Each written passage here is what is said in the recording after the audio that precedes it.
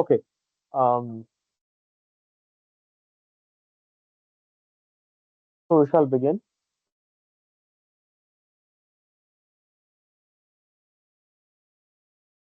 I hope you can see my screen.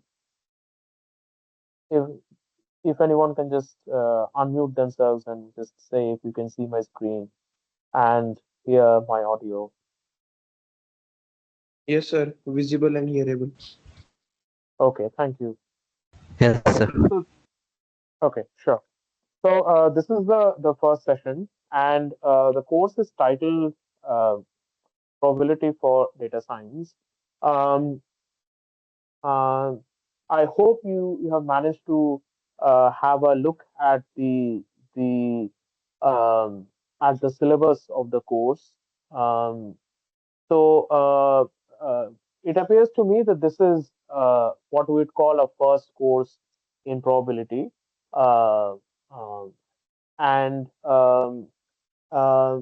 it's not clear to me right up front how much the course would deal with the application side of things, in the sense that how much it would um, uh, demonstrate how this probability theory is useful in data science. Um, but needless to say that probability theory is essential to do data science. Um, I see I see an audience. I'm not sure the background the audience comes from. I'm not sure in particular uh, if you are mostly CS students or data science students or math students in general.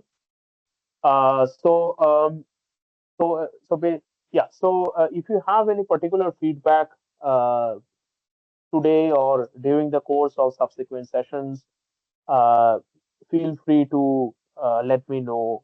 um, if you want if you want me to um, to conduct these sessions in a particular way, uh, please feel free to add any feedback. um, right so we are having these 2 hour sessions, and it will be on Fridays 6 p.m. to 8 p.m. And the general format that I have followed in the past, when I've been uh, when I've had such sessions for other courses, have been that I've generally given a brief introduction of the course material uh, uh, for that week, for the first, let's say, 40-45 minutes, maybe up to an hour, and then the next 1 hour or so is left for discussions on problems. Now, typically, you'll be seeing these assignments um, in the course page,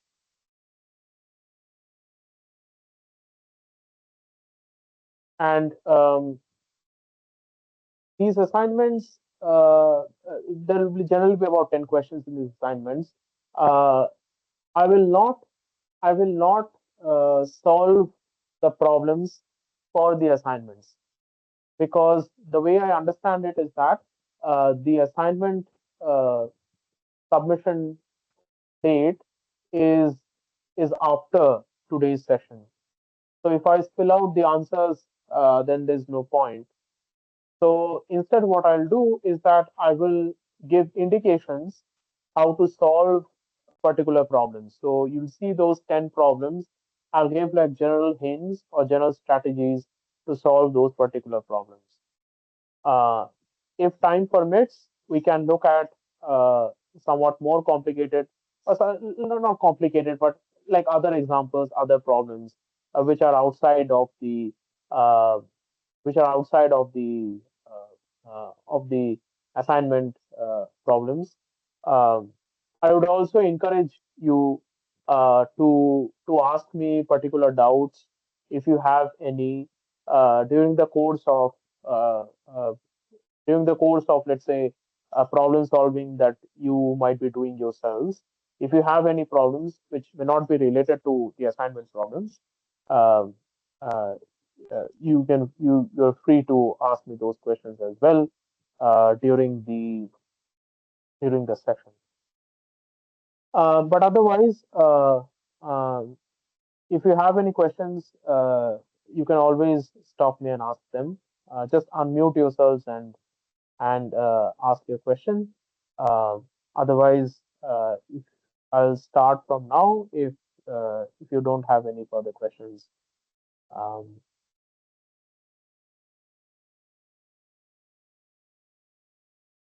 okay. Um, So, so the assignment submission date is like August 6, right? yes, the assignment is submission date you will find on the course page. Um, yes, Okay, sir. yes, yes. Yeah. Okay. So let's start. Um, okay. Before starting, I mean, how many of you have been able to? Uh, how many of you have some preliminary idea? Okay. How many of you have no idea of probability? Uh, if you have, if there's someone who has never heard of probability before, uh, then you can tell me that I don't know anything about probability. Um,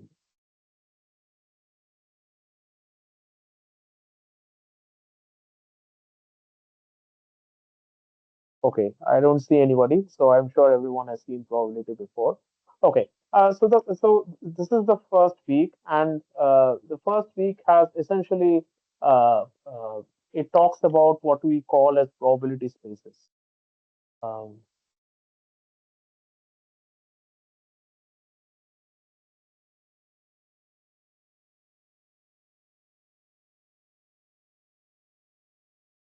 okay, now before even jumping into what we mean by probability spaces, um, and probability spaces have a particular specific definition.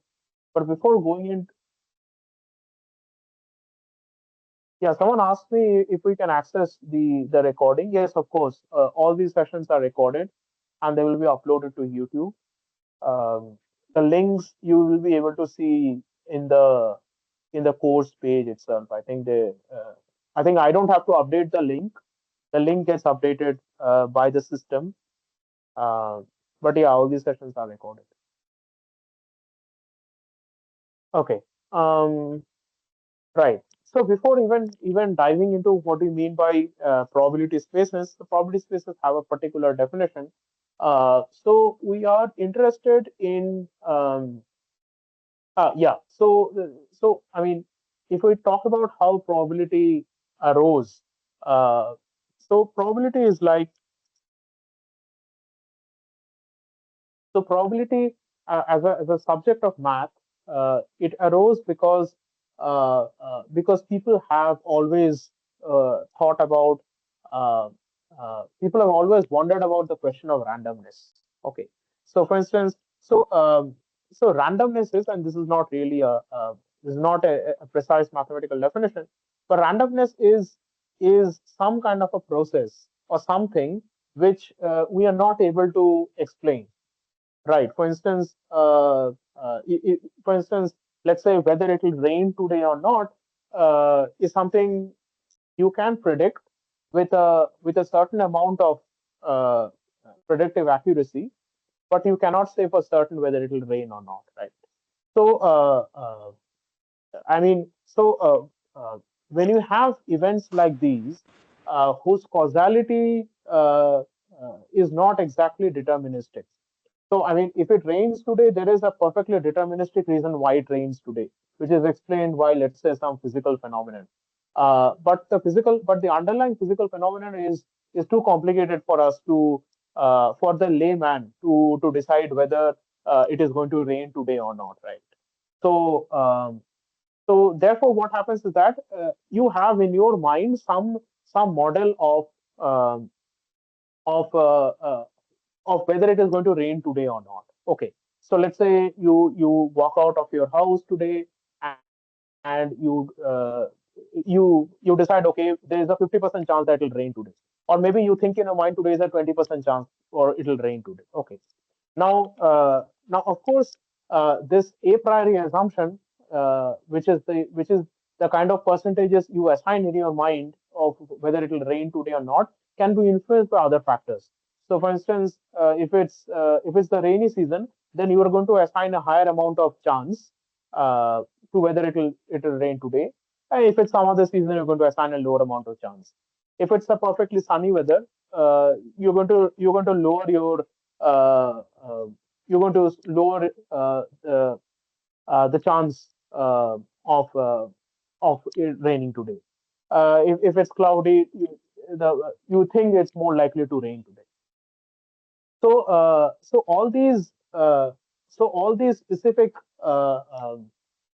cases, they have precise mathematical definitions. Okay, now so I hope all this is clear to everyone. Now, before talking about probability spaces, maybe I'll talk a little bit about probability and its use in data science. So, so what is data science basically? So, data science is like, uh,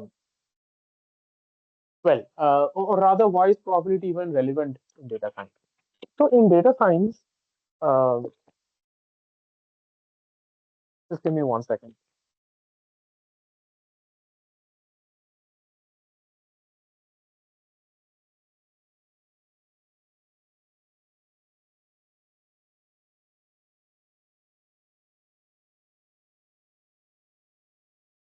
So in data science, what is the purpose of data science? The purpose of data science uh, is is to be able to make predictions about data. So you have data, and the data can be all kinds of data, but you want to make certain predictions about that data.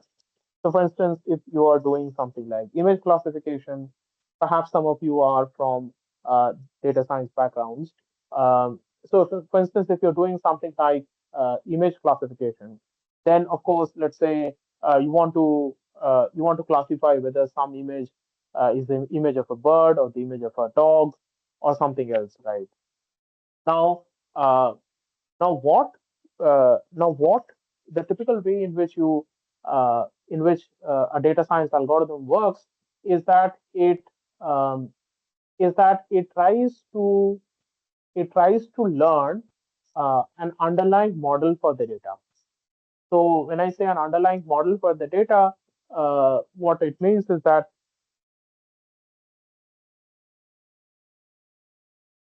it tries to uh, learn um uh, it tries to learn uh, some kind of a model which describes how the data is being generated. Okay. So I haven't yet described probability spaces, but let me just give like a very very crude algorithm. Okay. So let's say you have a um, right. So let's say you have some underlying model of the data, or rather you have some images. Okay, and the images work like this. So you have an image set which has 10 images in it. So let me write it. So let's say this is like a very toy example. So let's say you have 10 images, and out of those 10 images, let's say you have 6 images, or let's say 7 images of a cat, uh, 7 images of cats, and 3 images of dogs. Okay, so this is something that's given to you. Okay, so now let's say you want an algorithm, uh, which is going to be some kind of a predictive algorithm. Call that A, where you're going to feed in either the image of a cat or the image of a dog, and it has to make a prediction whether it's a cat or a dog. It has to make one of those predictions. Okay. So now what happens is that uh, let's say the let's say the algorithm is a very basic algorithm. So what the algorithm does is that it flips a coin. Let's say the algorithm flips a coin.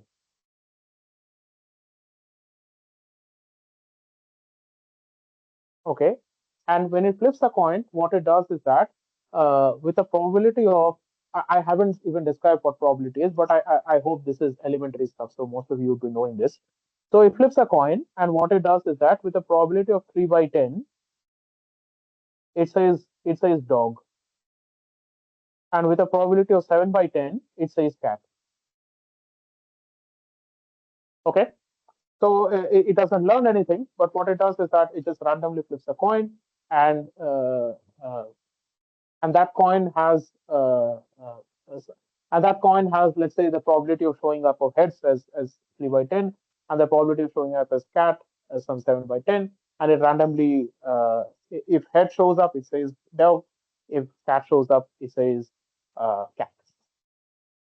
So now what happens is that if you take this set of images, this set of images which was I, and you feed it to the algorithm, and you ask, well, what is the probability that the algorithm gets it right? You can compute that. You can compute uh, what is the probability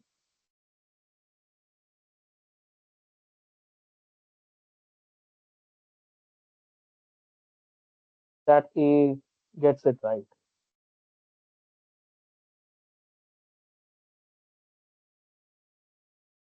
Okay, so in particular, if so in particular, uh, so the probability that A gets it right, A is right,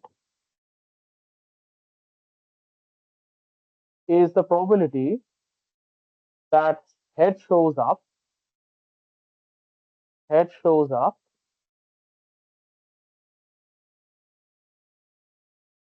when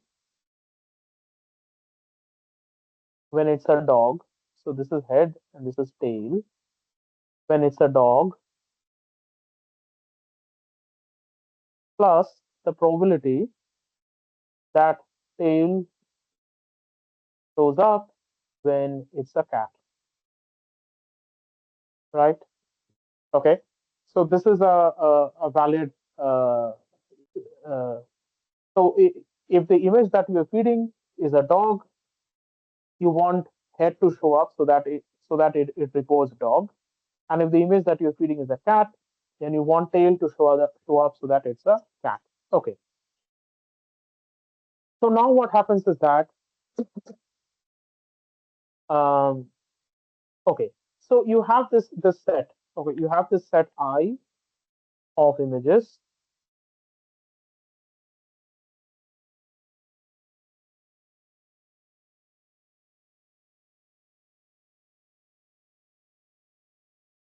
and in this set of images um, you have uh, two subsets.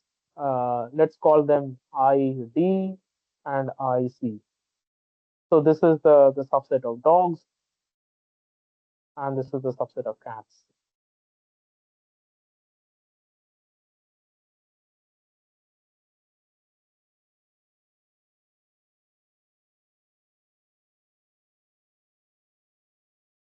Okay, and because and because uh, and because let's say IC is equal to ID, so you can write this IC is equal to ID complement, right? Now, when you're going to solve this probability, you have uh, you can think of it. You can split up this particular event. I haven't even described what an event is, but you can split up this event into two parts, right? So the first part is this: A is right, and it's a dog. Okay. So in the language of probability, whenever you see an and clause, so this is the symbol of an and. Whenever you see an and clause, that translates to an intersection. Yes. Do you have any question?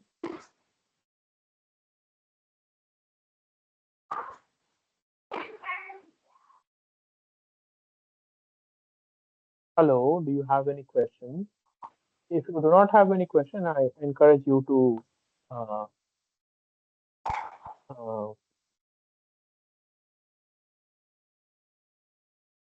to turn off your mic.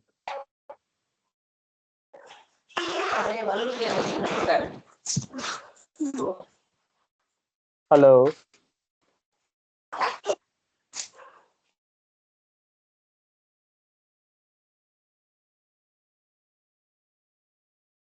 If you have issues with your mic, you can type your question as well. Anyway, yeah. So whenever you see this kind of an and clause out there, in the language of probability, this translates to intersection of sets.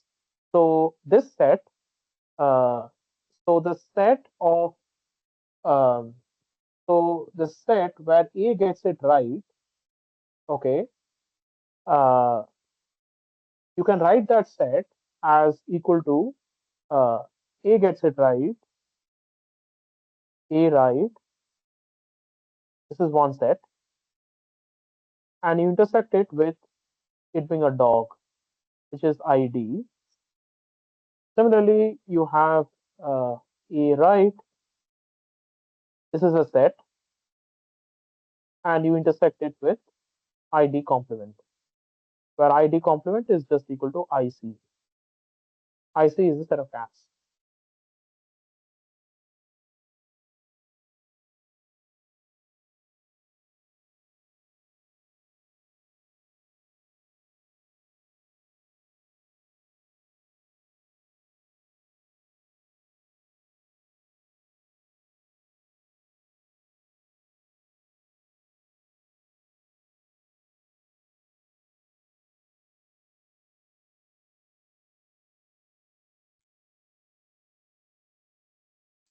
Okay, so you can.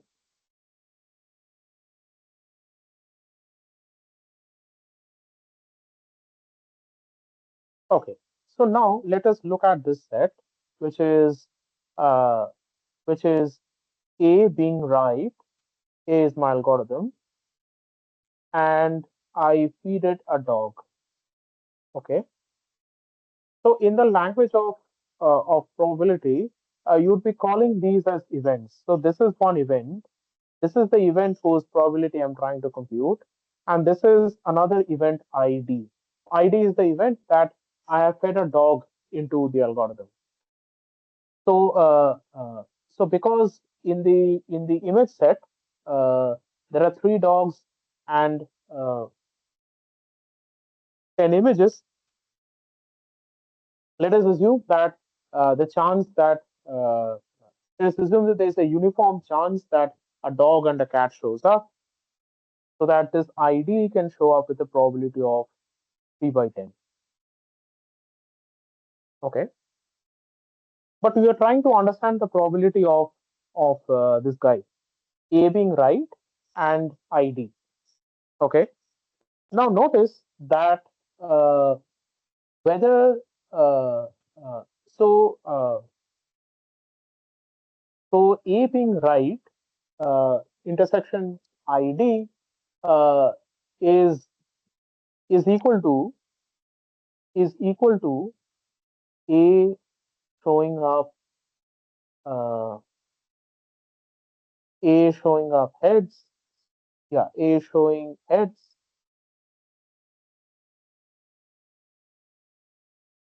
and A showing heads intersection with ID, right? Uh, so now you have two events, A showing heads and ID. So this is so this is the set where A gets it right, and you have ID, right? But now notice that the algorithm A, uh, whether it will show up head or whether it will show up tail, does not depend upon the input C or D. So here comes the point. A uh, does not depend on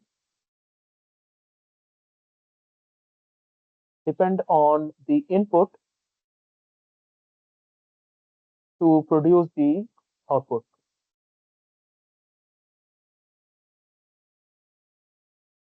So whether it will show up heads or whether it will show up tails is is independent. And when I say independent, I mean independent in quotes because I haven't even defined what independent means. But you have the idea that what it means to say that two events are independent. Okay, so when two events are independent, so then what happens is that, and again, this is the a rule of probability, that when two events are independent, you can simply multiply their probabilities. So A showing up heads is going to be 3 by 10, and this thing has a probability also of 3 by 10. So this is equal to 9 times 100. Okay, and in a similar way, for cats it would be equal to 7 times 7 by 100, which is 49 by 100. And so the probability that A gets it right is equal to some 58 by 100, which is equal to, well, which is equal to roughly a little better than 0.5. Okay, so okay, so if you were to, so if someone gave you this algorithm A, and someone else gave you another algorithm A prime, okay, and now if I'm asked to compute, and now if someone asks you, is A better than A prime? Okay, so then if you can say, so A is better than A prime if A gets it right more than A prime. Vis-a-vis, if A prime is better than A, that means A prime gets it right more times than A. So this is one example where you have an algorithm. The algorithm is I don't know if how many of you are from computer science backgrounds, but this is an example of what we call a randomized algorithm. These are randomized algorithms.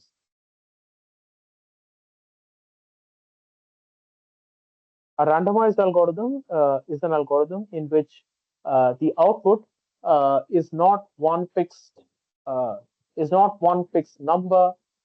It's actually it actually spits out a number with a certain probability, right? So in this case, it spits out dog with a probability 3 by 10 and cat with a probability 7 by 10, right? So, so you can see, right?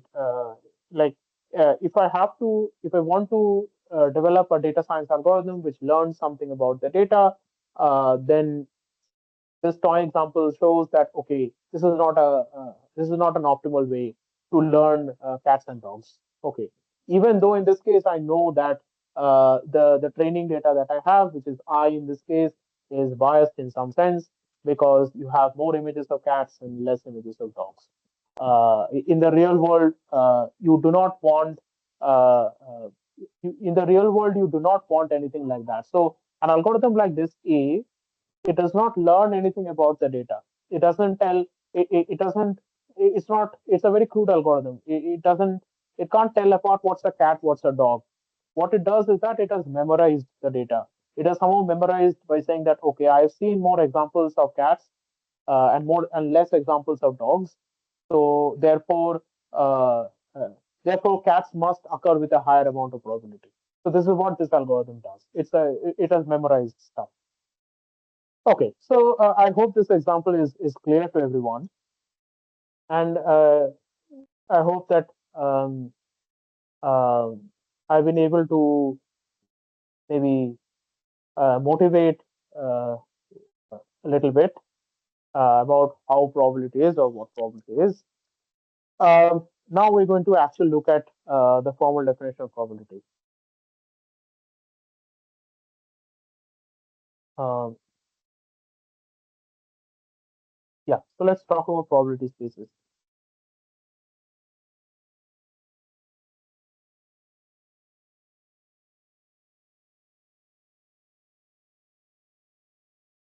So probability space consists of some kind of a space which is called, which you often denote by capital omega, which is which is called the universal set. So the universal set is the set of events that you are interested in, right? Very often, so this omega, this universal set, uh,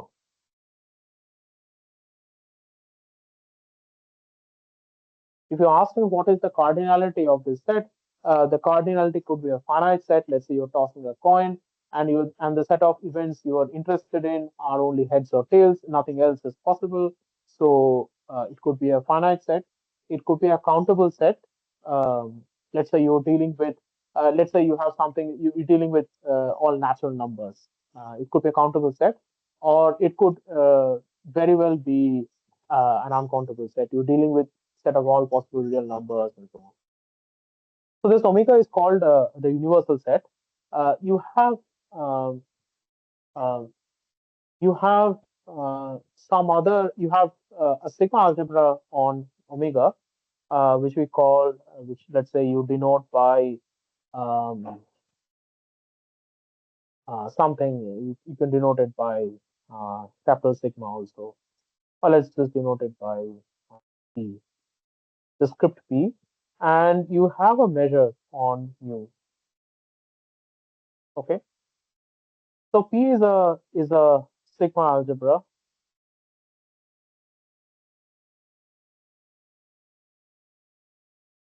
on omega. So are you familiar with the sigma algebras in general? What is a sigma algebra? Is there anyone who doesn't know what a sigma algebra is?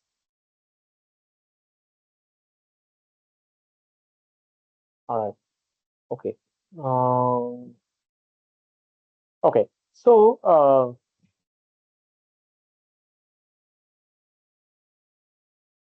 okay.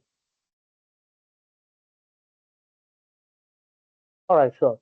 Um, okay. I'll explain what a sigma algebra is. Uh, sure. Sure. All right. I'll explain what that is.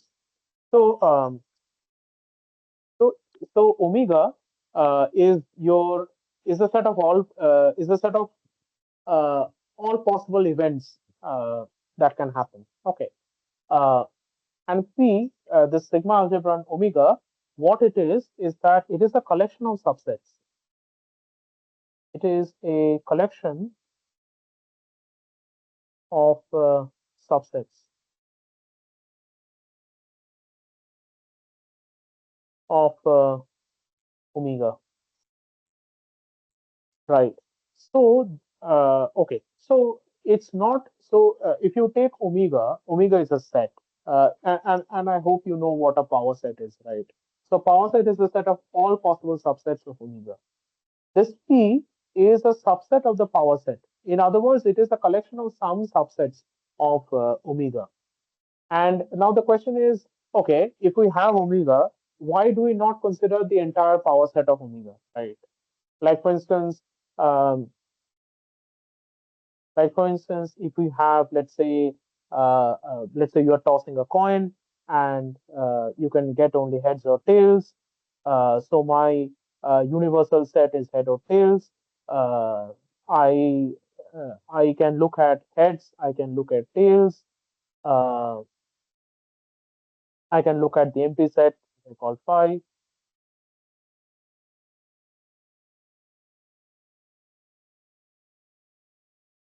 Yes.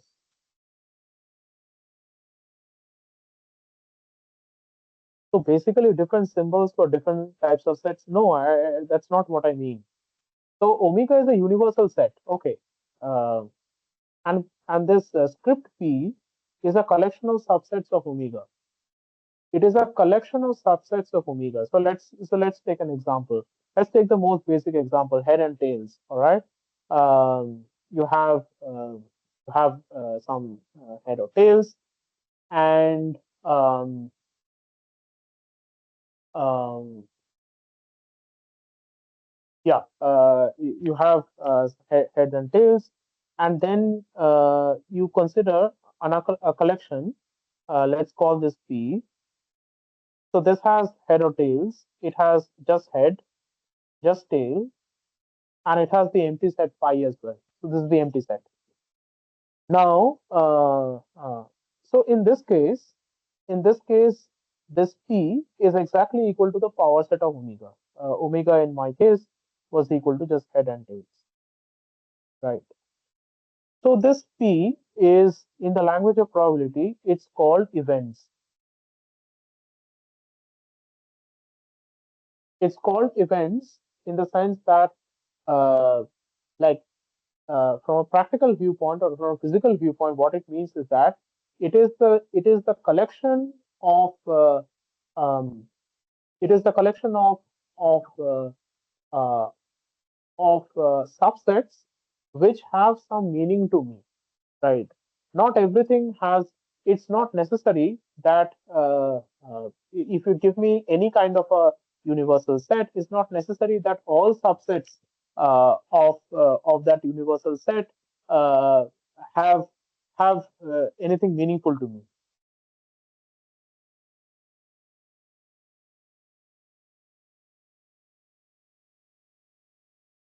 Okay, so we call these as events. Now, of course, you may say that, okay, in this example of tossing a coin, the power set, the this sigma algebra on omega is exactly equal to the power set. How is it? How? I mean, can you produce an example where um, it is not the same as uh, as uh, as the power set, let's say? And I will give such examples, but for the moment, uh, let's just hold that thought for a moment. I'll give that later on. So we have a collection of subsets of omega, which we're calling as events, and so they're essentially the subsets in which I'm interested in. You should think of it in this way. Like, I'm not interested in every kind of uh, uh, event. Only specific events are of interest to me. Other events are not of interest to me. So those events which are of interest to me, so each event is a subset of omega. I aggregate all those subsets, and I call them P. Okay, and you have mu. Uh, so what mu does is that mu is a function. So what it does is that it takes every subset, or it takes every event. So what mu is that it assigns, so mu it assigns a probability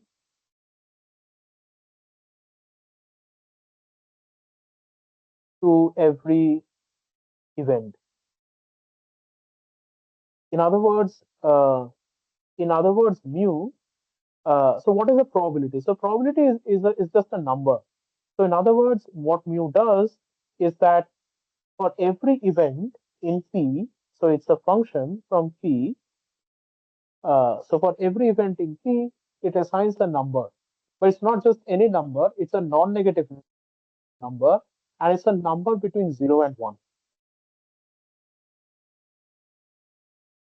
Okay. So, so, so this,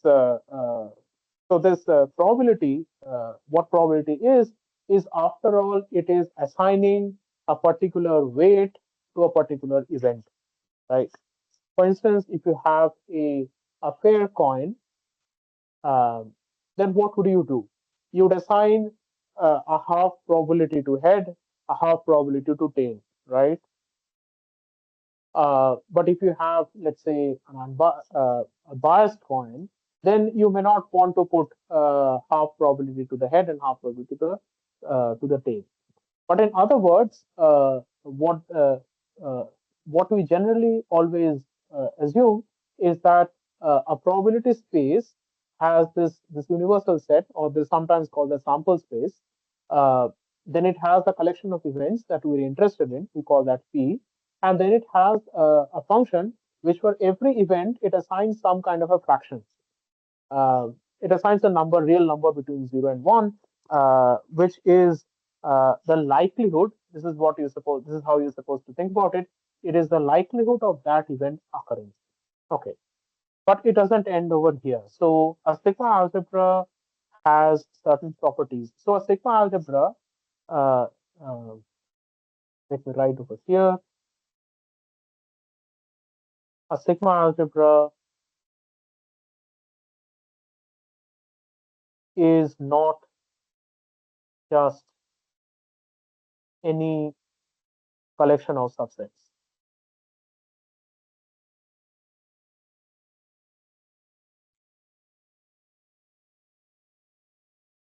Okay, it's not just any collection of subsets. It is a collection of subsets which has a certain property, and the properties are, I'm going to list out those properties. The properties are as follows. Okay. um, okay, so the properties are like this.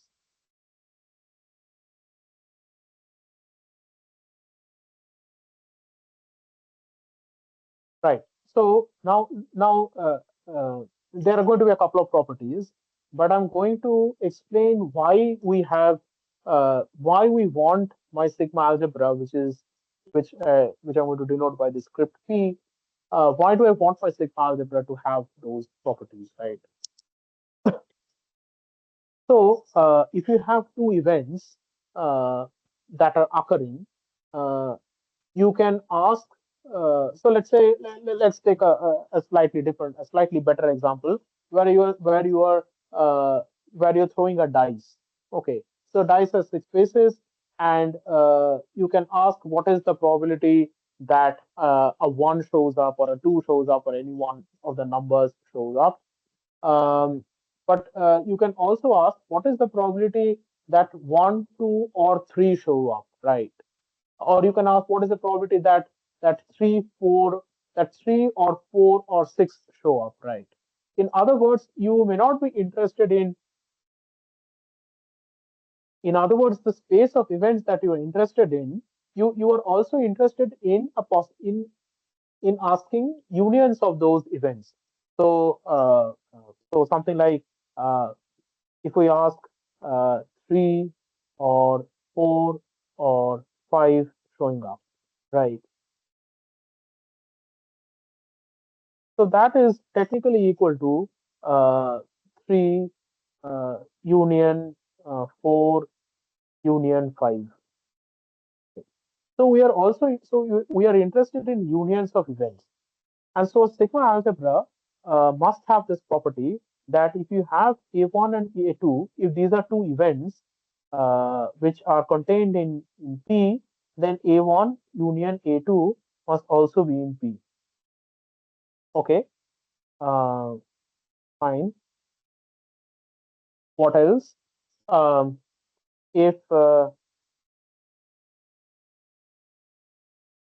if A1 and A2 are in P,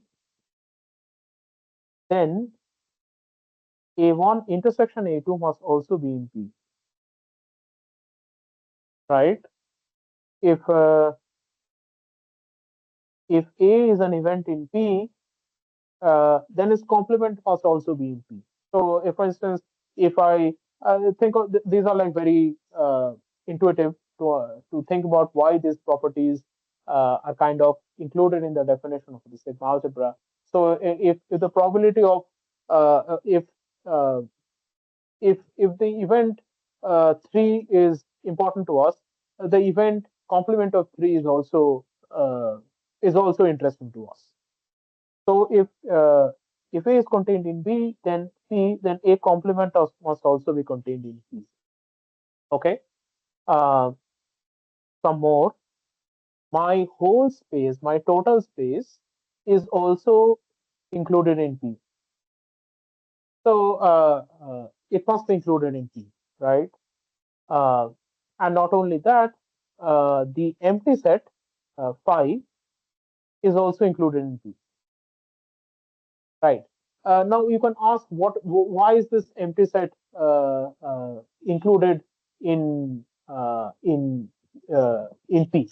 Okay, so of course you can, this empty set is included in P because we want to say that that if you have a statement which is tautologically false, then the probability of such a statement being true must be equal to 0. We want to make a statement like this. So, for instance, if someone asks you, if you're tossing a coin, if someone asks you, what is the probability of head and tail showing up? So, if the probability of head and tail showing up is the probability of this set, which is head intersection tail. But head intersection tail is the empty set, and we want to say that a statement like this, the probability of head and tail showing up simultaneously must be equal to 0.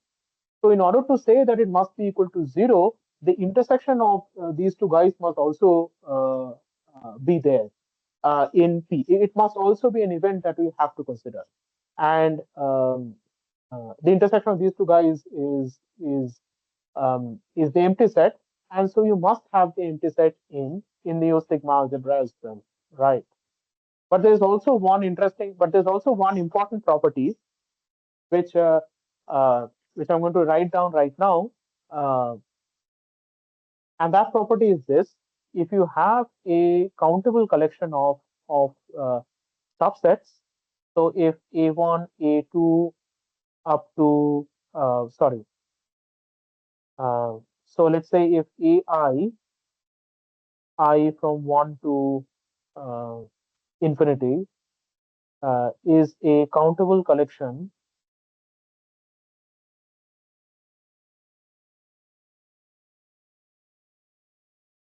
of subsets in P, then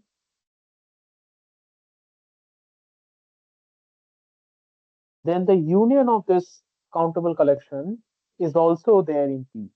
Then union of I from 1 to infinity is also included in P, right? Now, of course, this last statement, this statement 5, it's not it's not really interesting for the examples we've considered thus far. Examples we have considered thus far are examples where the sample space is finite. So if the sample space is finite, we often call these spaces as discrete spaces.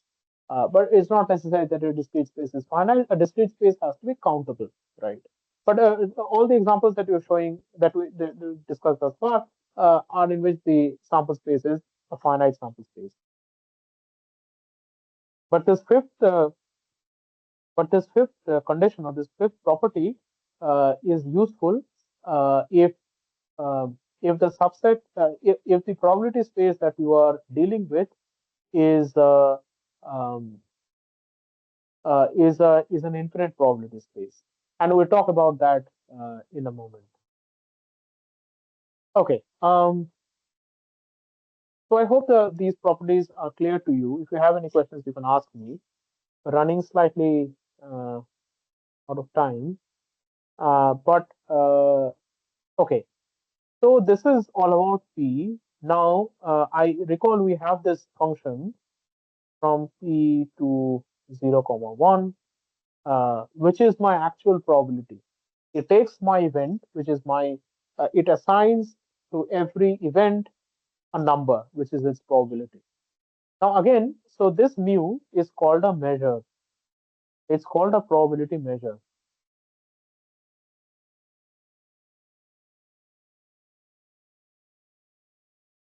And this measure has certain properties, right? The properties are as follows. Uh, the probability that the whole set occurs, or the probability that my entire sample space occurs is always going to be one. An example of this is this head or tail. It must show up with the probability of one. The probability that a null event occurs is zero. We want to make a statement like this, which is the reason why we have included the um, the null set in P. But we also want to be able to say more. If we have two events A and B which are disjoint, that is A intersection B is equal to the empty set, then mu of A union B is equal to mu A plus mu B,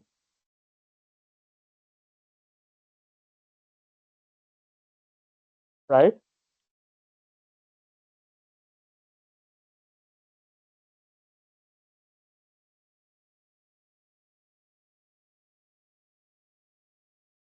So this is true for um, yeah, this is true for all disjoint sets, but it's not true if the sets A and B are not disjoint, right? Um, okay. Now, what else? If you have a set A, which is the countable union of AIs, where AIs run from 1 to infinity, and each of these AIs are disjoint, that is, uh, uh, such that AI intersection AJ is equal to phi for I not equal to J, then mu of A is equal to sum over of mu of AI. In other words, uh, it is this uh, it is this particular axiom or this particular property extended to extended from finite unions to countable disjoint unions. So the measure must have these properties. Okay.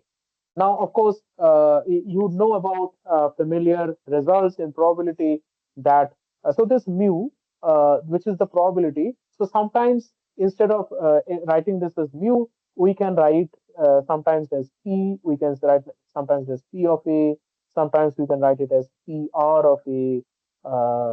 Sometimes explicitly when this mu is stated, we can write it as mu of a. Okay. So these are some alternate notations.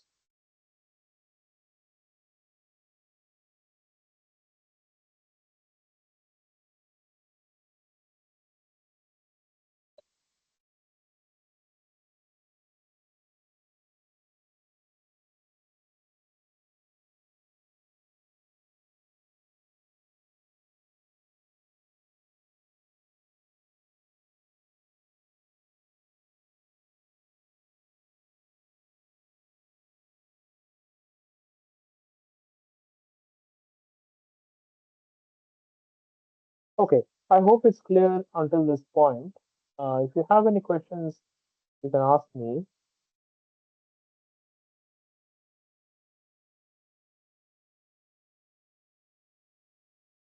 Okay. Otherwise, let's look at some of the familiar results from probability that we already know. But before this, I just want to make one clarifying statement.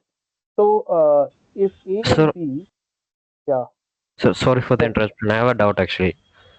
yeah, So, like the measure of A, where A is a subset of that universal set, is that the yes, same? The formula for is the same as the probability of A, like yes, yes, n yes. of So, n of A by n of. probability. No, so yeah, I mean, probability is just the measure. I mean, so the term measure and probability are kind of used interchangeably. If you're aware of measure theory, which is an area of math, then you're going to use the term measure. But because we are in we are in the language of probability theory, we're going to use probability. So measure and probability mean exactly the same over here. So mu a means exactly the probability of a occurring. Is that clear? Yes, sir. All right.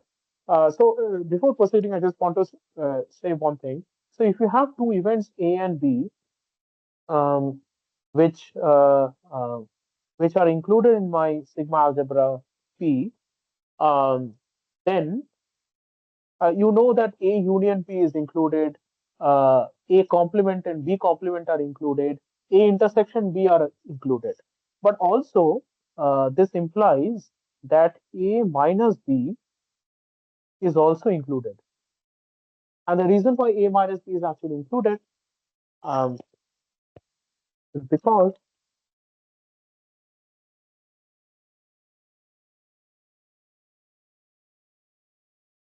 right, and A minus B is included um, because A minus B is equal to uh, A minus B is just another way of writing this. It is equal to A intersection B complement, right? And therefore, A minus B is also included in B. Okay. All right. So now you can look at some of these. Um, there's a standard notions in probability that we have, or the standard uh, uh, uh, the standard rules of adding up probabilities. You know that, right? If you have two events A and B, then probability of A union B um,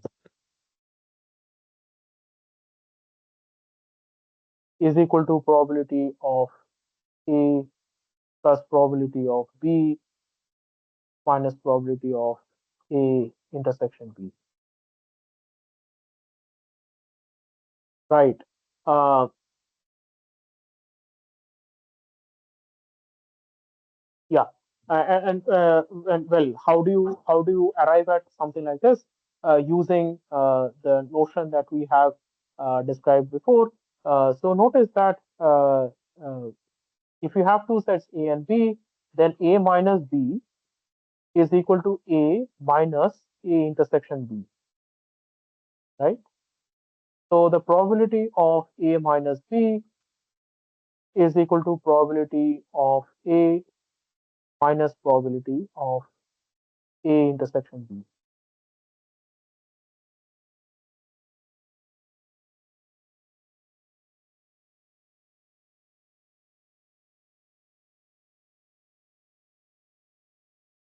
So if you have A union B, then A union B is equal to um, A minus B union A intersection B union B intersection A, right? Now notice that these three sets are all disjoint, right? Um, so because they're disjoint, you can add up their probabilities. A minus B is disjoint, A intersection B, and they're all mutually disjoint. So probability of A union B is equal to, um, because you can add up disjoint sets, the probabilities of disjoint sets, this is equal to probability of A minus B plus probability of A intersection B plus probability of B minus A. But probability of A minus B is equal to probability of A minus probability of A intersection B plus probability of A intersection B plus probability of B minus probability of A intersection B, which gives you this formula.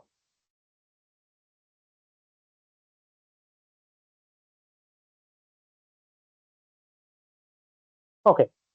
Um, so you know how probabilities here look like. Now, of course, now we have the famous inclusion exclusion principle. Maybe you know this inclusion exclusion principle. um, which is if you have a collection of events A1 to AN are events, and they're not necessarily disjoint, okay? They're just events. And if we ask what is the probability of A1 union AN, uh, then uh, uh, then of course uh, you can derive this from this using something like mathematical induction, and from there we get this formula that uh, this is equal to sum over of probability of I from 1 to n. Then you get a minus. Okay, you have minus of uh, sum over of uh, probability of AI intersection AJ,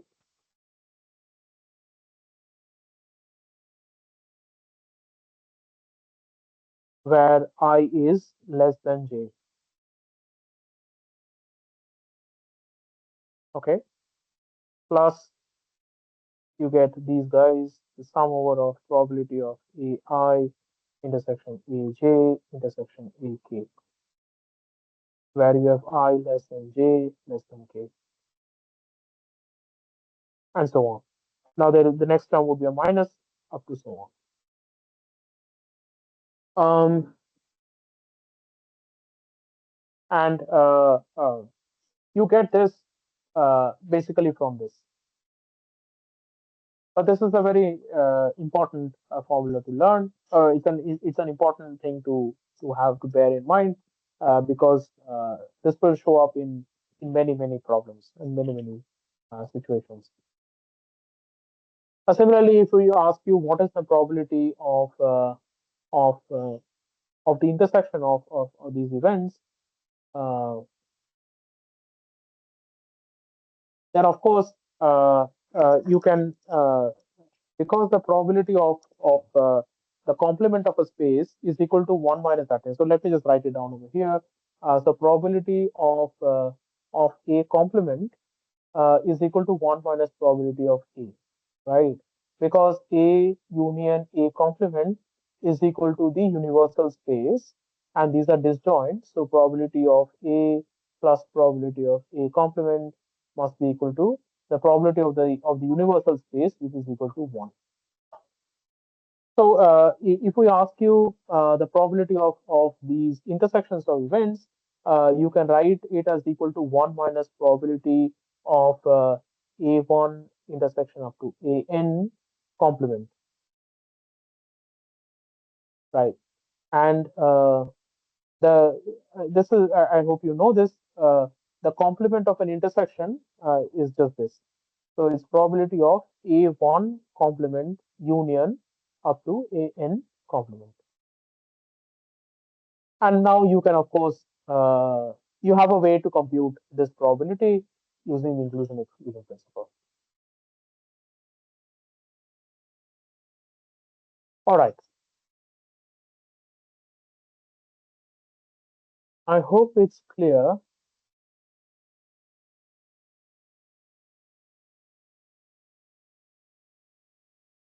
Um, hmm,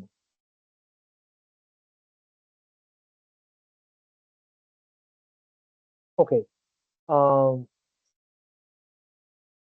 okay. So moving on a little bit more. So all these probability spaces that we've seen, they are like finite spaces. The set omega is finite, but in in almost all, no, not necessarily almost all, but in in innumerable examples and innumerable problems uh, in the real world, the kind of probability spaces that you are going to deal with is not going to be uh, finite. Okay, uh, so and here it lies the question of infinite um, infinite probability spaces.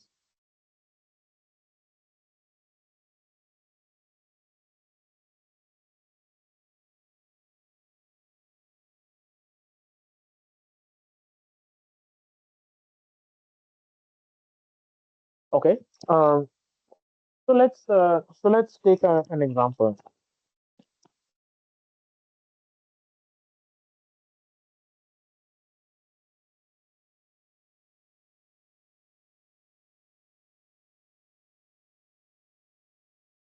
Okay. So the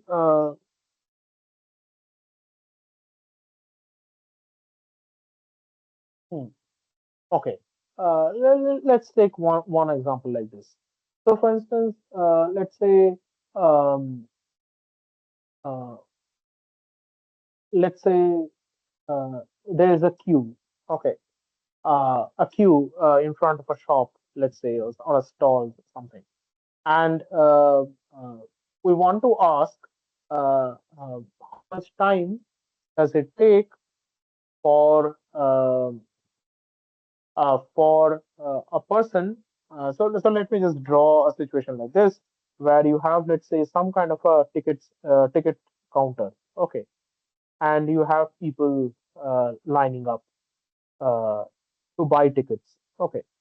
Um, Now you can ask so you are interested in events like this. I mean, how much time does it take uh, for a person uh, to be serviced by this ticket counter? Right. So the kind of events that you're interested in this particular scenario is uh, uh, what is the probability. So these are the questions that you're going to be interested in this particular scenario. What is the probability that that a person can get uh, serviced within uh, T time, right? It's a valid question to ask. What is the probability that uh, he can get service within T time? But of course, T can be a huge number. But of course, T can be anything, right? T does not have to be uh, an integer. T could be any positive real number from 0 to infinity. Of course, you would expect that as t becomes larger and larger, then the probability that a person can be serviced within that particular time should be equal to 1, right? So, and of course, if t is equal to 0, then you would expect that the probability that a person can be serviced within 0 time should be equal to 0. So in an example like this, uh, the the the um, the space that you're going to be dealing with, the sample space or the universal set, is going to be this.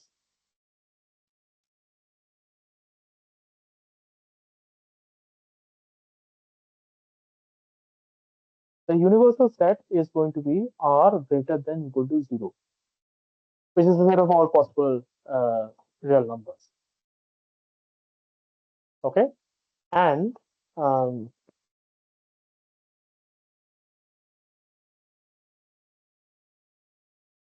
and the sigma algebra that you're going to be uh, that you are interested in, or the set of events that you are interested in. Let me write it out in this way. The set of events we are interested in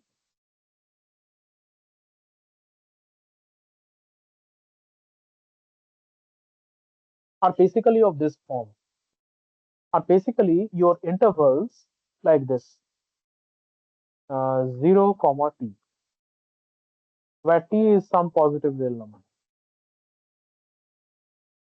non-negative real number, let's say. So we are interested in events of this kind. So we want to ask the question that that so t could be anything. You can take indefinitely long amount of time to service the customer. But we're interested in questions like, okay, what is the chance, or what is the probability that I may receive my ticket within a time instant of t? So when I say within, it means from somewhere between 0 to t, right? Okay. So now if I ask you this question, um, if I take my sigma algebra P to be events of this kind, so basically I let my sigma algebra to look like this: 0 comma t, where t belongs to where t belongs to r greater than 0. The question is this a valid sigma algebra? Uh, the question is, it is not a valid sigma algebra, right? It is not a valid sigma algebra. Uh, so this is not a valid sigma algebra.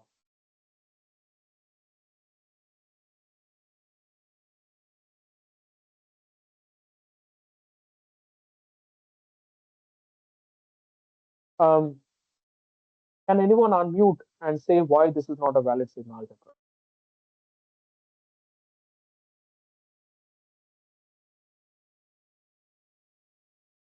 We have been talking about these axioms that a sigma algebra should satisfy. In the sense that if you give me any two sets, the union must be present. If you give me any two sets, the intersection must be present. If you give me any two sets, the complement must be present. A sigma algebra, the sets of the sigma algebra must have these properties. Now, in the light of these requirements, can you tell me if this set P is a valid sigma algebra or not? Anyone? No, sir. Yes, it's not a valid sigma algebra, but what is the reason? Like the intersection of the intervals doesn't exist. Yes, exactly. It fails to satisfy many properties, right? For instance, it fails to satisfy. Uh, it fails to satisfy. I'll tell you which properties it fails to satisfy.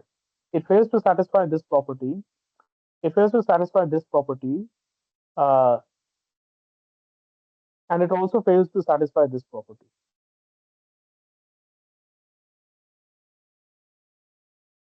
It also fails to satisfy this property. So apart from property one, it fails to satisfy all other properties, and I'll tell you why. Okay. Um so the second property is that the intersection of two intervals must be present. The intersection of two intervals. Let me just draw it quickly. If I have an interval like this, let's say 0 to some t1, and if I have another interval like this, 0 to some t2, then the intersection of these two intervals is going to be this interval, which is t1 intersection t2, or the interval from t1 to t2. This is, of course, not included in P. Okay. What else is not there? The complement of intervals is not there, right? Um, okay. Uh, if zero to t, if zero to t um, is in P, then its complement must also be there in P. So the complement of this set is equal to t comma infinity. You must include this set in P as well. Okay. What else is not there? Well, R is not there. The set of all possible positive real numbers must also be there in P. This must also be there in P. Uh, what else is needed? You want the countable intersections of all the sets to be also present. Uh, so let's uh, uh, so let's take an example. Um,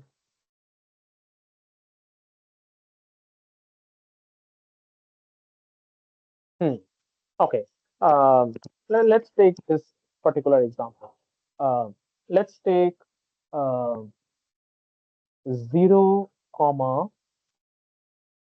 Uh, so let's consider a collection of sets uh, where we define AI as equal to uh, 0, comma, hmm, sorry, 0, comma, 1 minus 2 1 minus 2 to the power minus I. Okay. This is a valid interval which is included in P. Of course, this is included in P. So A1 is equal to um, so A1 is basically equal to 0 comma half. A2 is equal to 0 comma 1 minus 1 by 4, and likewise. Okay. So now if I consider the countable intersection of these sets, so if I do union of AI from I is equal to 1 to infinity, which is union of 0 comma 1 minus 2 to the power minus I from I is equal to 1 to infinity, then can you tell me what this set is equal to? Can you tell me what this union is equal to? Anyone? Can you unmute and say what this union is equal to? So let me draw a figure. Maybe a figure helps. So you have uh, so AI looks like this. So you have 0 and 1, but from 1 you have removed a certain portion. So you have taken out 2 to the power minus 2 to the power minus I. So AI looks like something like this. If this is 1, it looks something like 1 minus 1 by 2 to the power I. So AI is this set. Okay. Then AI plus 1 is somewhat bigger than this set. Uh, and so on. So if I take the union of all these AIs, well, this is equal to 0 to 0 1, comma, yeah, 0 to 1, but this side open. not included one. Yes, exactly. Um, but again, this set is not included in P, right? It has to be included in P by the definition of the sigma algebra. So it shows, so it turns out that it's not just enough to include any collection of sets in my sigma algebra. My sigma algebra has to satisfy certain properties, in the sense that it has to satisfy all the properties of the sigma. Um, okay, so now, okay, so yeah, maybe I don't want to necessarily go into this, but okay, I will just I will just touch upon this thing. If if uh, if you have a collection of sets,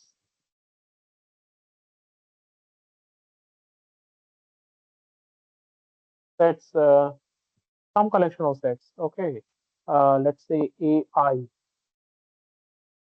where I belongs to some J, where J is an indexing set.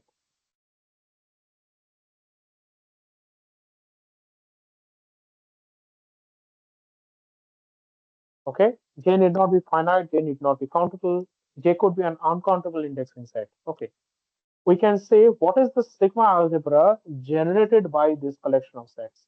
And why am I asking this question? Because if you take this particular example, we have a collection of sets, and this collection of sets is precisely sets of this nature. It is an infinite collection of sets. It is an uncountable collection of sets because T itself can be any positive real number. But if I want to have a sigma algebra which includes these sets, it is not enough to just have these sets. You also have to add some other sets on top of that so that you can have a real sigma algebra. Otherwise, it fails to be a sigma algebra. So we call that a sigma algebra generated by a collection of sets. So so this A, I'm going to use a script symbol. Let's use something like this. So if A is this collection of sets, AI, where I belongs to, where I is it's an index that runs from zero, that runs for all J, then we can ask uh, what is the what is the sigma algebra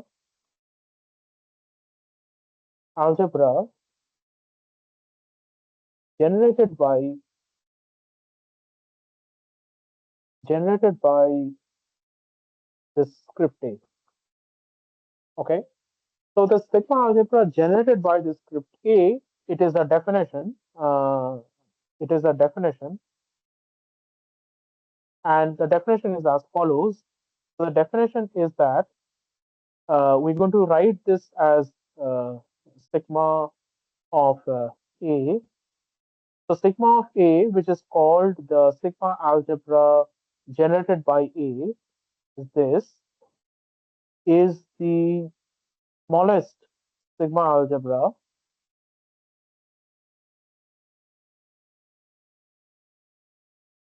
that contains A.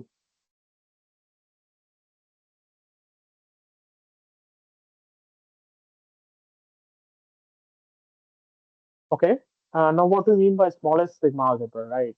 So, so we say that the so we say that this thing is the smallest sigma algebra.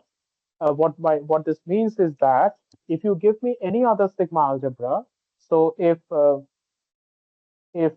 um, sigma tilde is any sigma algebra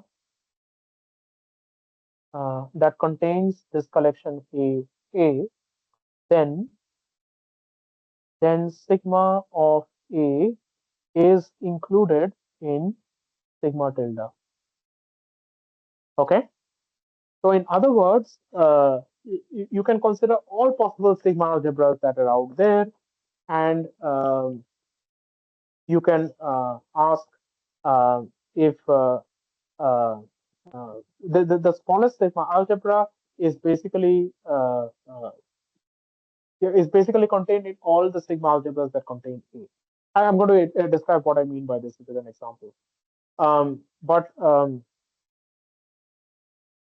uh, Okay, now this definition is of course vague because it tells you the sigma algebra generated by A is the smallest sigma algebra. So, and the way you get the smallest sigma algebra is that you consider all possible sigma algebras that contain my collection of sets, script A, and then you determine which sigma algebra is the smallest by somehow by means of saying which is included by taking the common intersection of all those sigma algebras. Now that is something it's a definition, but it's not something you can actually compute, right? So in order to say what is a sigma algebra that is like if you give me any collection of sets uh, like this A, which is some collection of sets, and if I ask you this question, what does this sigma A look like, or what does a set of this collection look like? Then a set of this collection looks like something like this. It looks like a countable union of finite intersections. Let me write it down now. Let me just write a statement. It is the countable union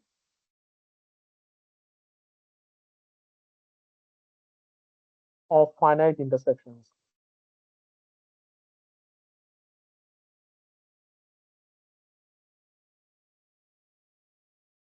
So it basically looks something like this. It will look something like union from I is equal to 1, um, or maybe not. Let's just keep it like that. Uh, Here you have a term of this form, some bj, where j equals to 1 to infinity, and bj each bj is of this form.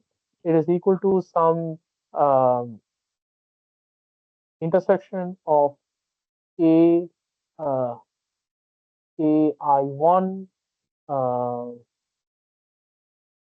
where okay, let's use some other notation, intersection of a n I uh, or ANI complement.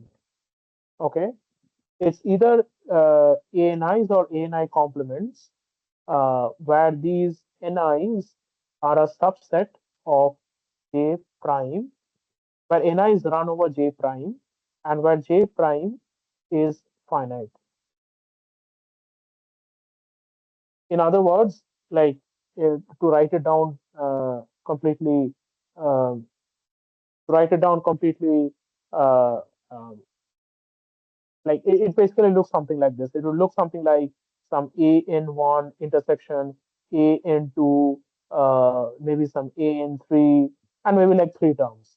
And you can have like a complement over here, maybe a complement over here, or it could have even more terms like a in four.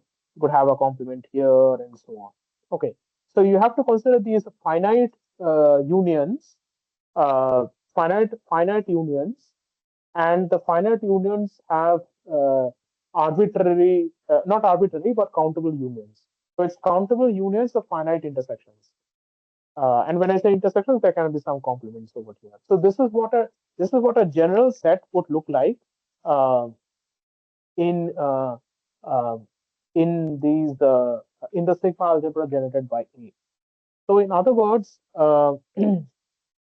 if you start off with uh, if you start off with a set like this or sets like these, so let's say if my A is basically this, and if you want to say what is the sigma algebra generated by A, so then the sigma algebra generated by A would actually include, and this is something uh, I leave it as a homework for you to verify, that say uh, homework, say this collection A is equal to this collection 0 comma t. T is these positive non-negative reals. Okay, then uh, then you have to determine the following answers. Is a set of the form 0 comma a included in sigma of a? This is the first part. The second part is a set of the form a comma b included in sigma a. The third is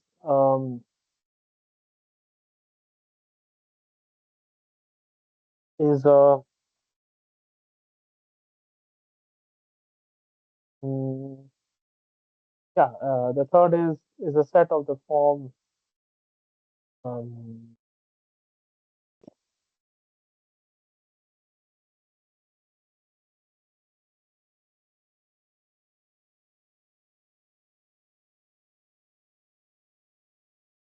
yeah, is a set of the form uh, a comma infinity included in sigma of a.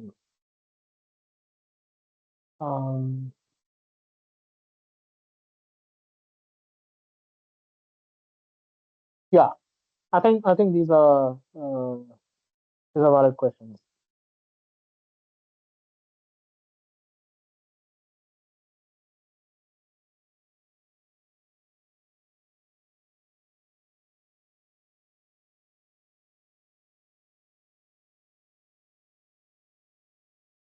Okay. Uh, uh, this is for A and B greater than equal to 0. Answer true or false to each of these questions. This is a homework for you. Okay. Um, right.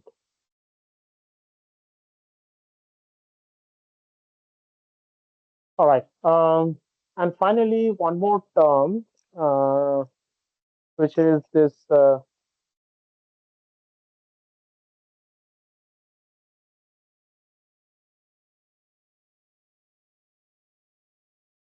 Okay. Just to um, uh, right. You can take this as a definition. Uh,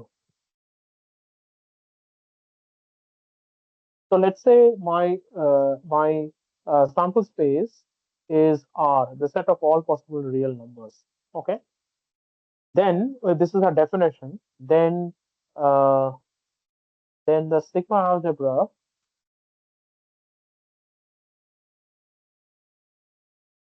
generated by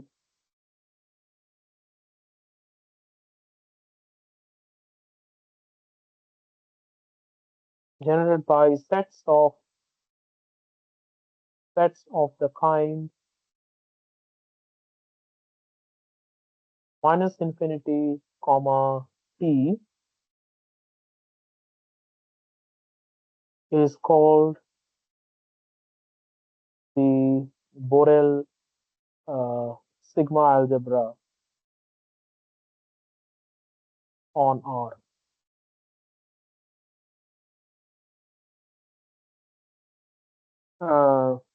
Is it clear?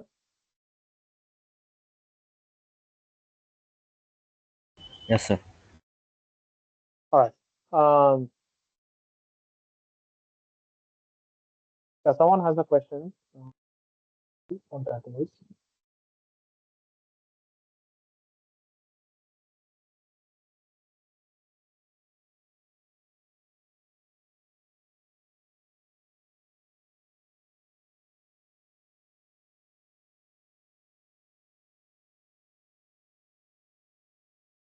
Someone says, can you explain the service queue question again? Um, so, Adrish, I think we are a bit running out of time. So, this session would be recorded, is obviously being recorded as we speak. Uh, I request you to go and look up uh, uh, the recording once it's uploaded. We just have about 20 minutes left. If I start to explain the service queue question again, going to take up the rest of the session. All right. Okay. So I hope now it's clear why when we talk about sigma algebras, I mean it's not clear even now. It will take as you read more about probability theory, it will become apparent why we have uh, this this rather uh, this rather abstract requirement in the definition of sigma algebras that it should be closed under countable unions. Like why do we even have something like countable unions? But hopefully it's kind of clear, right? Because if I give you an example like this, the service queue wala example, and if I ask you something like, okay, what is the probability that I'm going to get serviced by time 0 comma t, then of course you know. But if I give you a question like this, what is the probability that I'm going to get serviced by time 0 comma this thing, and then of course you have to include this 0 comma t also in the sigma algebra, in order that you can meaningfully answer this question, like what is the time that I'm going to get service within this particular time. And the way you generate this open set, this right open set, is through countable unions. So countable unions give you a way to generate these open sets. Okay. And likewise, you will see that countable intersections give you a way to generate closed sets. Like like a very like, do you guys know what are open sets, closed sets? Like do you have any idea about, like, have you taken the courses in real analysis or maybe some topology? Maybe real analysis would be like a good place. Do you know what are closed sets and open sets? um okay, maybe you don't know, but closed sets are essentially sets in which the boundary of the set is present. Okay. And open sets are sets in which the boundary of the set is not present. Like if I draw a figure like this, um, and then this would be a closed set. But if I want to just consider the interior of this set, then that would be an open set. Okay.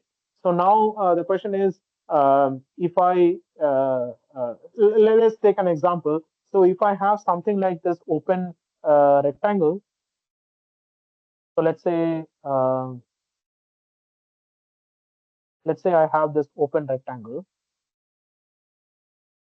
Um, okay. Now assume that. Okay, just give me a second.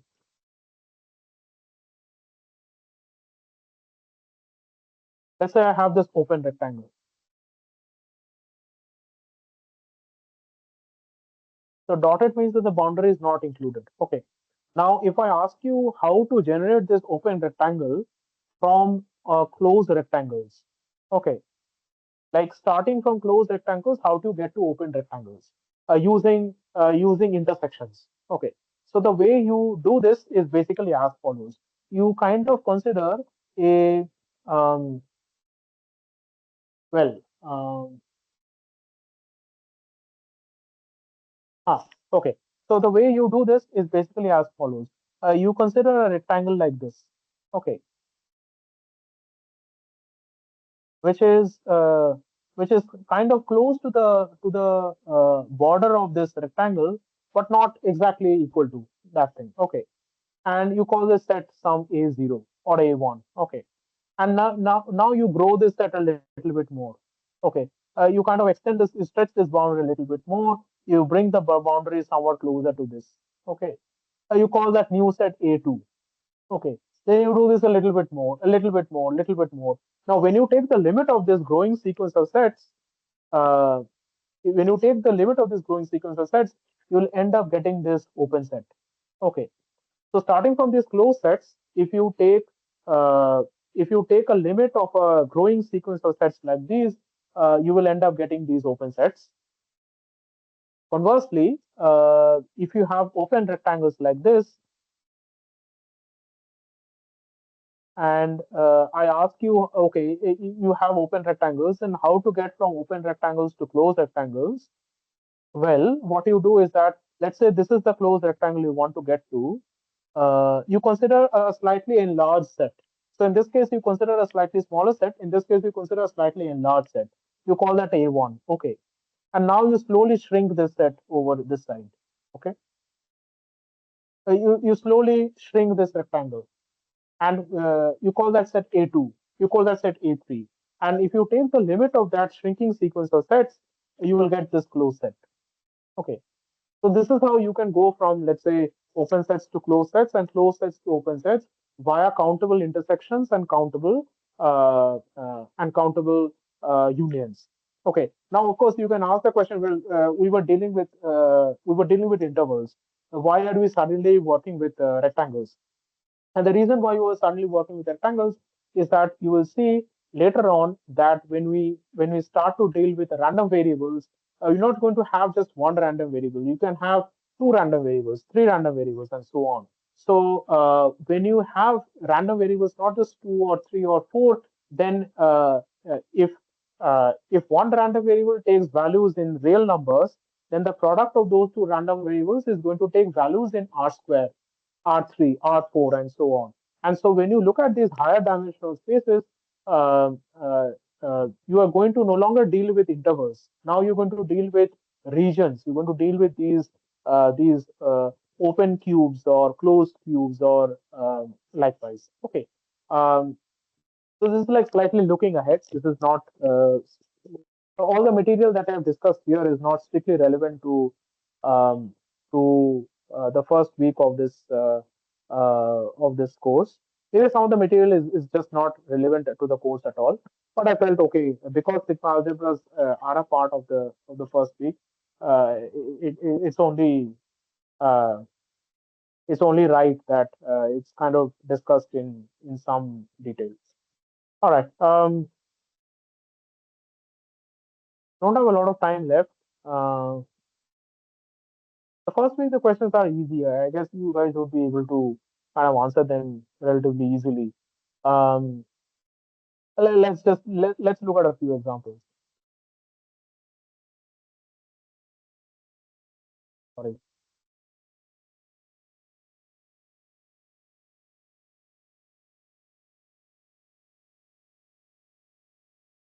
Right. I hope you can see the question. I just copied from the assignment page. Um, right. They say which of the following collection of subsets of a sample space form a sigma algebra. Now, of course, okay. Let me just give you a brief, a very brief mathematical intuition. Okay, why is it called sigma, and why is it called algebra? Does anyone know why is it called a sigma algebra? Do you guys have any idea? Like, why is a sigma algebra called a sigma algebra? Like, what is the genesis of this term?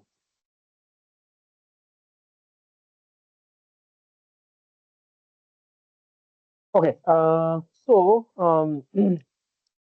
it's called, so you would have heard of algebras, right? Like the algebra we are doing from high school, etc. Uh, I mean, this has nothing to do with that algebra. Okay, you should like in math. It is a sad fact that sometimes you have um sometimes you have uh, two things that mean the exact like two very different things but given the same terminology.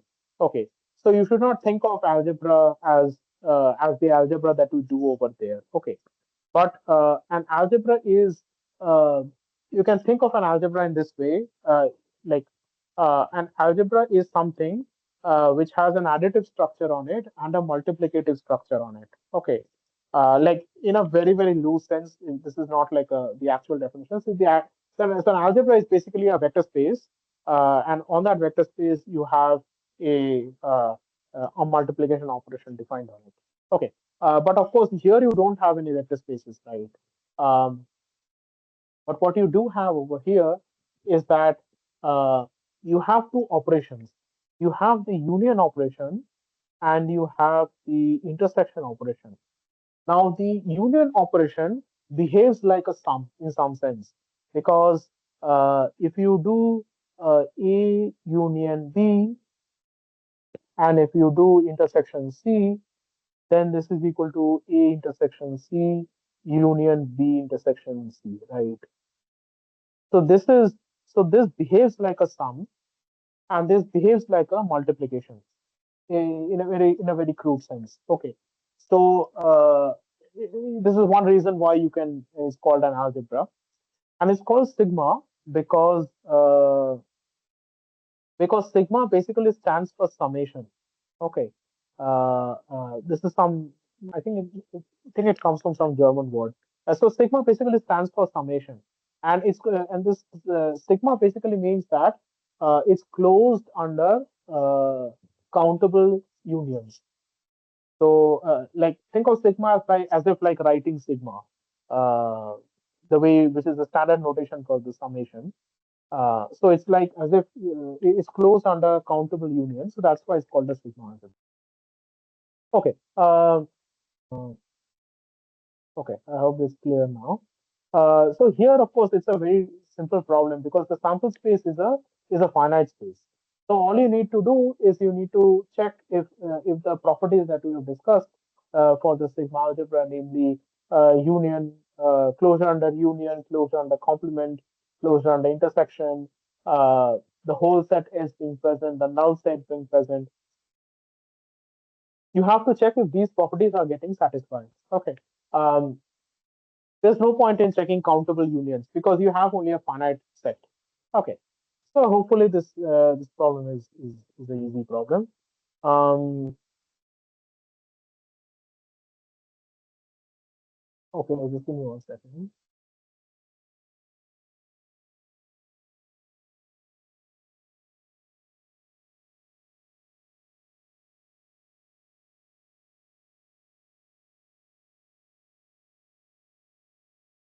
It says when I take the union of closed sets, will the closed set be too close to the open set? Okay. No. There's no guarantee that for all closed sets, if you take a union of closed sets, you can always write the closed set as a uh, as a as a union of or you can write the open set as a union of closed sets. I'm just saying that for a particular example like this, um, where you have, let's say, an open rectangle, and you have to generate this open rectangle from closed rectangles. You can take these you can take these closed rectangles to be slightly smaller than the open rectangle, and then you can consider an increasing union of those closed rectangles. So it's not true for any arbitrary shape, right? An open set need not just be like this. An open set can look like anything.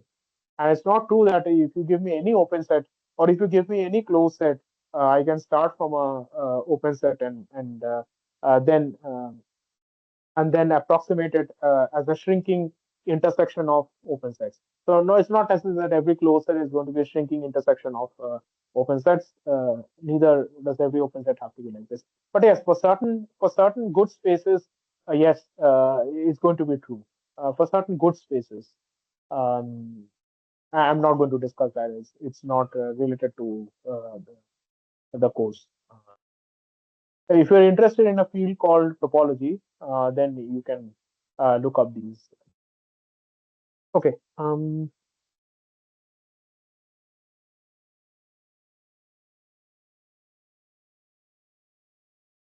All right.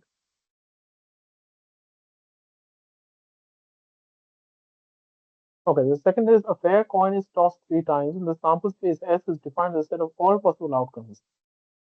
Right. Yes. Again, this is a fairly easy problem. Right. Um,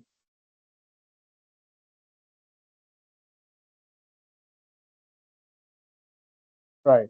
I mean, what does the sample space look like? The sample space S in this case is going to be the Cartesian product of H cross T cross H cross T cross H cross T.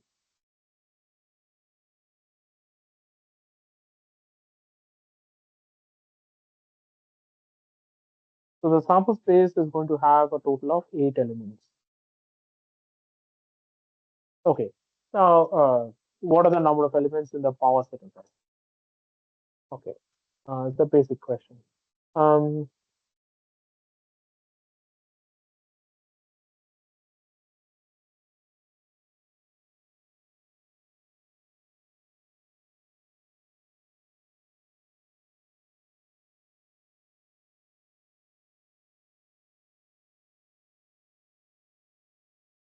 okay. There's one thing I didn't mention. I didn't talk about independence. So maybe I'll briefly talk about independence. Uh,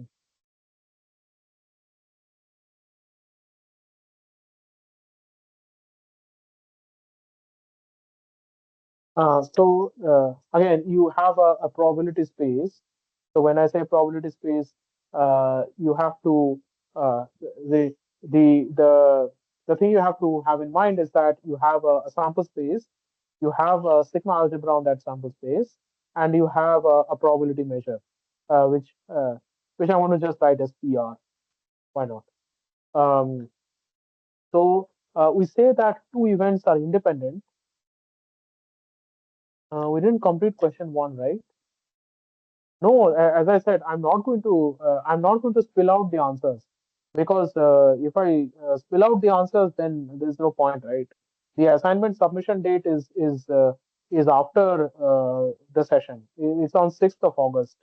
So I'm not going. I'm only going to give hints to how to solve the problems. I'm going to give general problem solving strategies. Like for instance, in this problem, in the first problem, you have to basically verify which of these collections F1 to F5 has all the properties necessary for the sigma algebra, which I described above.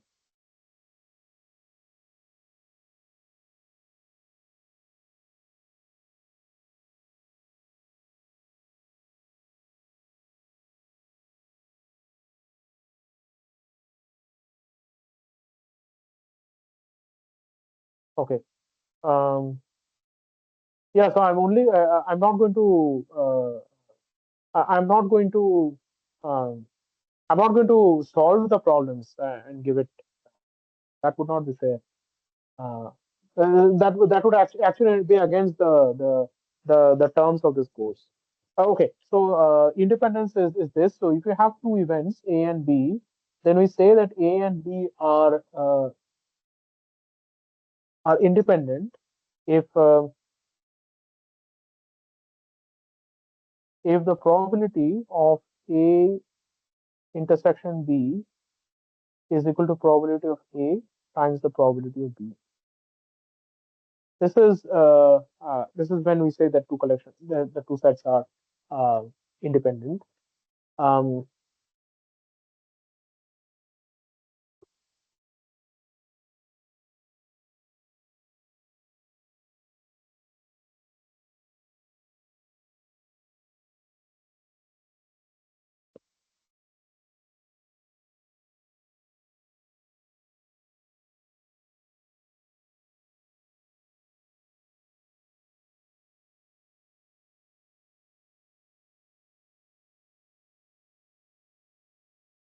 Okay, so right, and if you have any collection of sets, this is a generalized definition. Uh,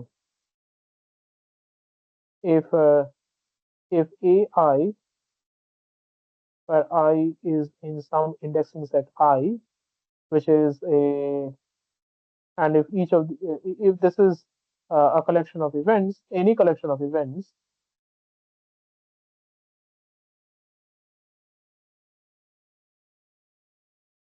then then they're said to be independent uh, if if uh, for any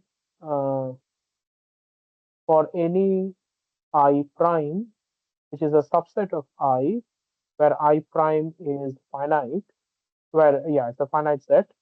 Um, the probability of a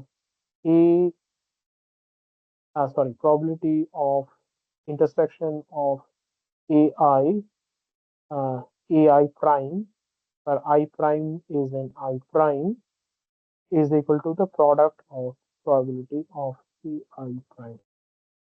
I prime in I prime.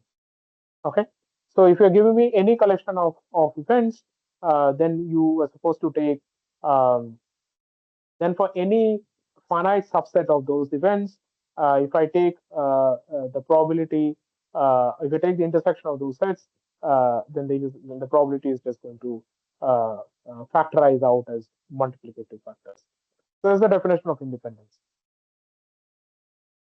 So now look at some of the other questions.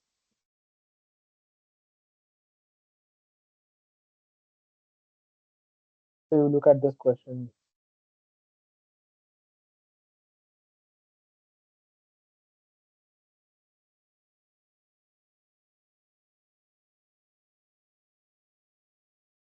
Hydraulic landing assemblies coming from an aircraft facility are inspected for defects. Historical records indicate that 8% have defects in shafts, only 6% in bushings, and 2% in both shafts and bushings. Hmm.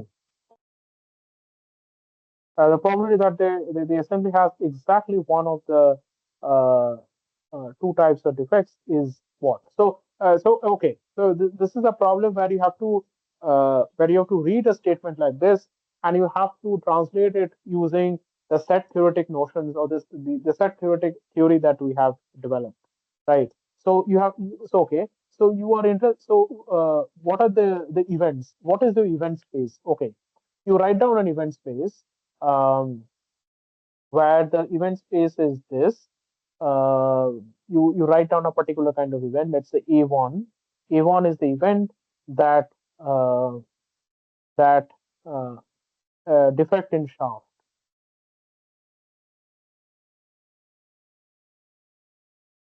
Then A2 is the event defect in bushings.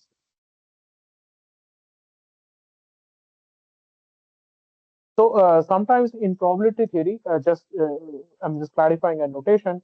In probability theory, you will often denote events like this. So you write like A1 is equal to, and then you put this curly braces, and then you write a statement like this, like defect in bushings. So so what this means that this is the um, So this is the subset of all uh, the what is in this case? This is the subset of all the hydraulic landing assemblies which have defect in bushings, or this is the subset of all the hydraulic landing assemblies which have defects in shaft.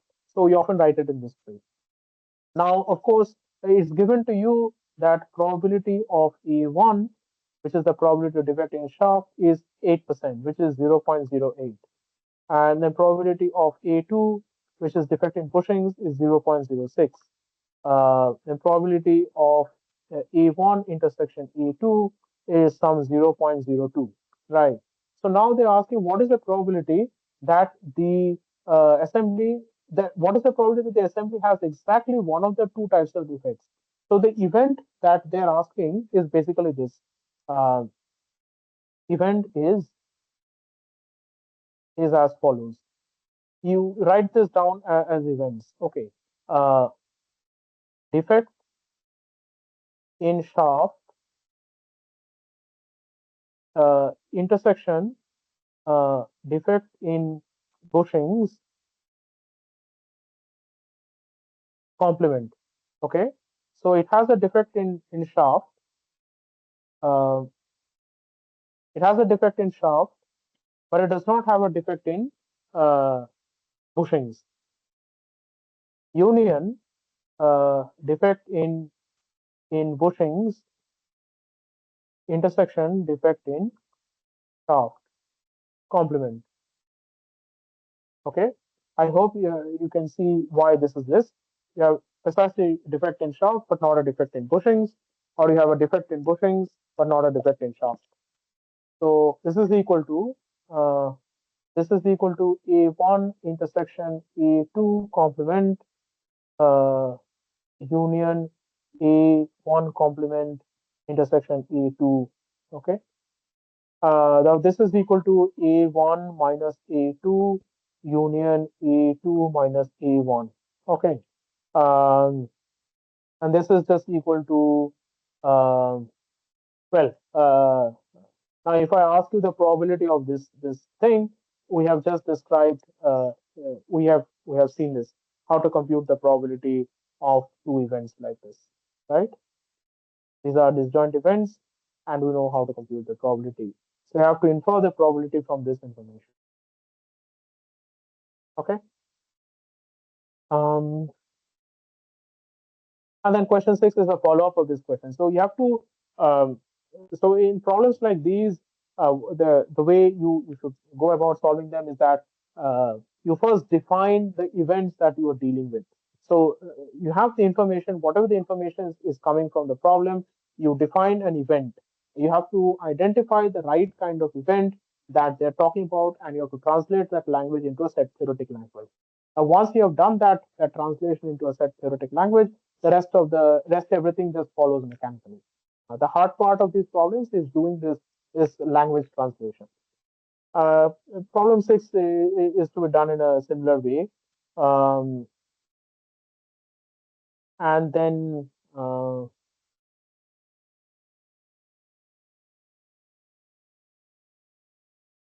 yeah, and then you have a number of these questions. Um, let's say you take some problem 8 probably. Uh,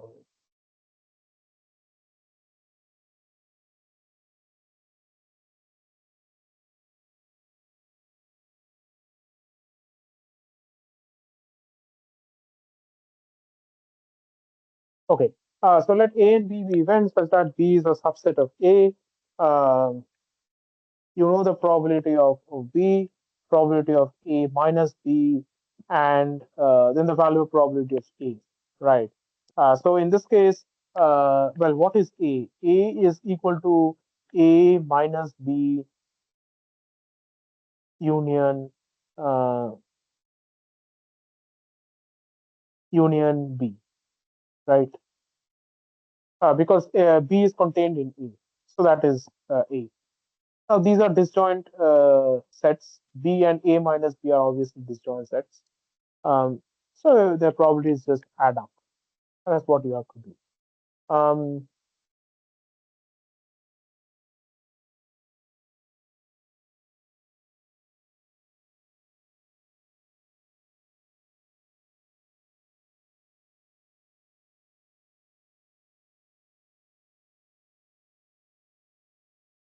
okay. Yeah. Again, on a similar basis, a similar light, you have two events A and B. Uh, it's given A union B, A intersection B, and A intersection B complement are given to you. Then what is the value of P? Of course, you can write A as equal to A intersection B uh, union A minus B, right? Uh, now this A minus B is precisely A intersection B complement. which is just A intersection B complement. And so the probabilities just add up. So these kinds of problems, if you want to have like a hang of solving problems like these, I would encourage you to look at Sheldon Ross, uh, first course in probability. Uh, and then you can look at the exercises from chapter 1.